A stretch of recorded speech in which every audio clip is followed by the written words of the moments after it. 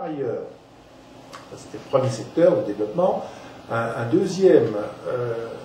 deuxième proposition de développement va alors très vraisemblablement se concrétiser dès septembre 2011 pour des raisons qui sont là encore liées à la logique même de la réforme de la masterisation. Alors, cette deuxième offre de formation est constituée par un ou plusieurs diplômes d'université, ce qu'on appelle des DU, dont je vais vous expliquer le principe.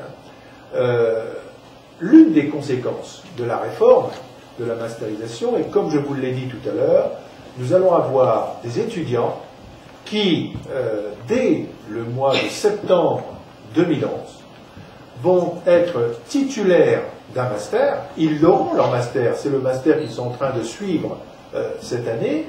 Ils vont avoir leur master, mais ils n'auront pas le concours.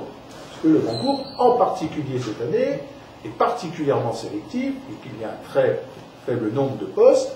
Et bien évidemment, une partie importante des étudiants vont avoir un master éducation et formation et n'auront pas le concours du professorat des écoles, notamment, tout simplement, parce que le nombre de postes a été réduit de façon tout à fait dramatique.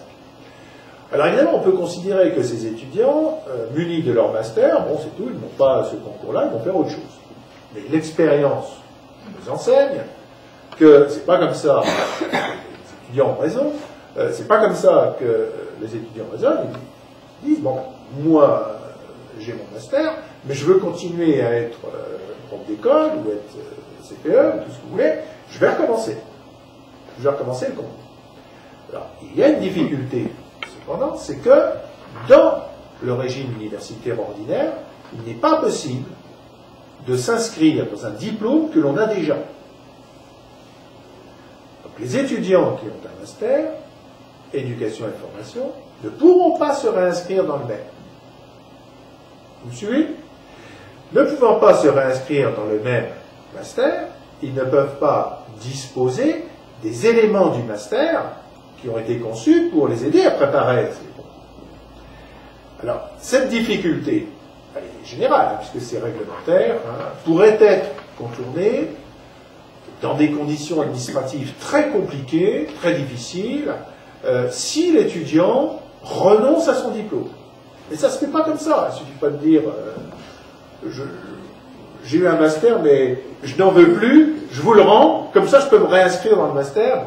En plus, ça serait dangereux. On n'est jamais sûr, quand on a eu un diplôme, de l'avoir.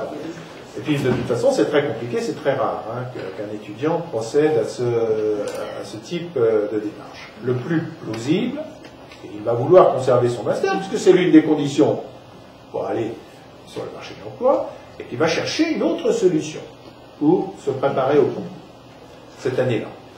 Alors, il y a deux types de solutions, il y a deux grands types de solutions aujourd'hui.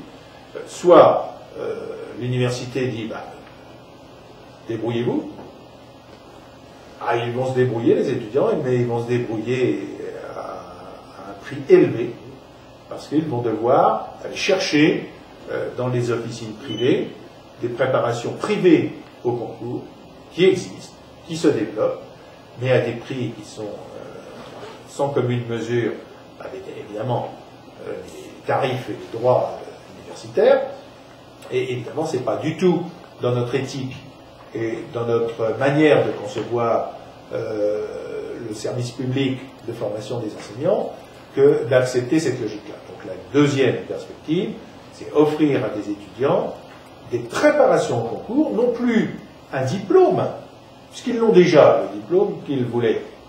Il n'y a pas nécessité d'offrir un deuxième diplôme. Par contre, il faut offrir une formation qui les prépare. Donc cette option, c'est celle d'un DU, ce qu'on appelle un DU, donc un diplôme d'université, qui sera proposé en septembre, à partir de septembre 2011, aux étudiants qui souhaiteront s'y inscrire, avec, alors nous sommes en train de finaliser la maquette de ces DU, ça devra passer au CEBU là aussi en juin, mais je n'imagine pas que l'université puisse refuser cette proposition qui va dans le sens quand même d'un service public que nous voulons rendre, et qui va dans le sens de l'intérêt de nos étudiants. Alors la question qu'il faudra régler, bien sûr, c'est la question du coût de ces DU, car il y a des droits d'inscription qui peuvent être, je dis bien, élevés, et nous, notre but est d'offrir un DU aux étudiants à des tarifs qui soient les plus faibles possibles, évidemment sans commune mesure avec ce que fait le privé, mais ça va nous obliger quand même à faire des exercices un peu compliqués, notamment de mutualisation de ce DU avec les UE de master correspondants. Ça va nous obliger à faire des DU qui soient très ciblés sur la préparation des concours, et c'est l'esprit de toute façon, il n'y a pas besoin de prévoir de mémoire, des choses comme ça, hein. Mais c'est une préparation qui sera de toute façon proposée, très vraisemblablement, dans notre réflexion actuelle, et ça pourra encore évoluer, notamment en fonction du nombre d'étudiants qui souhaiteront s'y inscrire. Ça sera proposé à Charleville, Châlons et Troyes. Alors, on pourrait dire pourquoi pas à Reims. À Reims, nous sommes aujourd'hui dans des conditions d'accueil d'étudiants qui sont extrêmement nombreux, hein, et nous avons des limites en termes de capacité d'accueil de nos étudiants à Reims et d'encadrement pédagogique, qui fait que nous cherchons quand même à inscrire nos formations dans l'espace vital que nous avons par ailleurs.